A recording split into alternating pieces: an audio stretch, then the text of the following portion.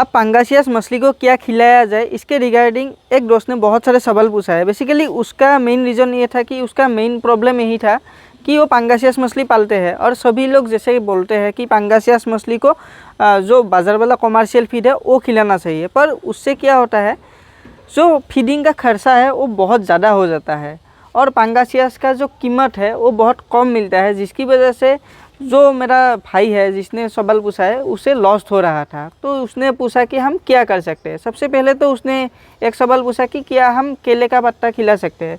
देखो, grass carp को केले का पत्ता आप खिला सकते हैं, पर पंगासियस के लिए ये एक अच्छा भोजन नहीं है, तो आप केले के पत्ते से पंगासियस नहीं पाल सकते।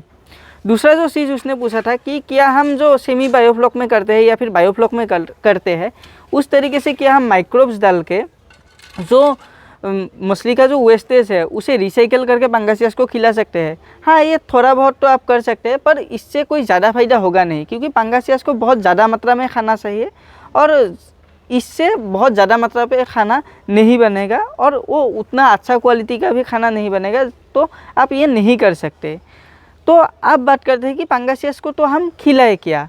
तो सबसे पहले तो आपको पंगासियस को बाज़ार वाला कमर्शियल फीड खिलाना ही पड़ेगा, पर क्योंकि इसका कॉस्ट ज़्यादा होता है तो आप कुछ ऐसा टेक्निक यूज़ कर सकते हैं, कुछ ऐसा ट्रिक्स यूज़ कर सकते हैं जिससे आपका कॉस्ट कटिंग हो सकता है। और वो ट्रिक्स क्या है इसके बारे में बात करते हैं। तो कॉस्ट कटिंग के लिए आप क्या कर सकते हैं। देखो, जो भी पंगासियस पालते हैं उन लोगों को तो पता ही होगा कि पंगासियस को दिन में 2 बार खाना देना पड़ता है।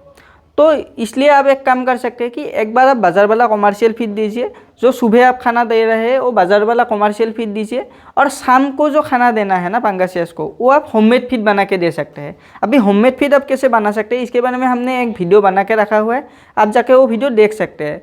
उस वीडियो में हमने बताया था कि होममेड फीड आप गोबर प्लस राइस ब्रान प्लस सरसों की खली, इन तीनों चीज़ों को मिला के कर सकते हैं, बना सकते हैं।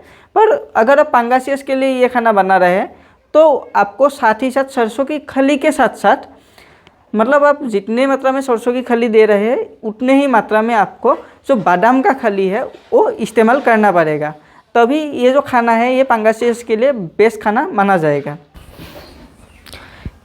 इन दोनों के अलावा आप और एक काम कर सकते हैं, वो है आप अपने तालाब में कुछ ऐसा फाइटोप्लैंक्टन जो प्रोटीन रिच है उसे आप अपने तालाब में डाल सकते हैं। ऐसा फाइटोप्लैंक्टन जैसे कि आप डाकविड वगैरह हो गया, ये सब फाइटोप्लैंक्टन आप अपने तालाब में डाल सकते हैं। इससे क्या होगा, जो आपका खाना डालने का जो खर्चा है वो थोड़ा और भी कम हो जाएगा।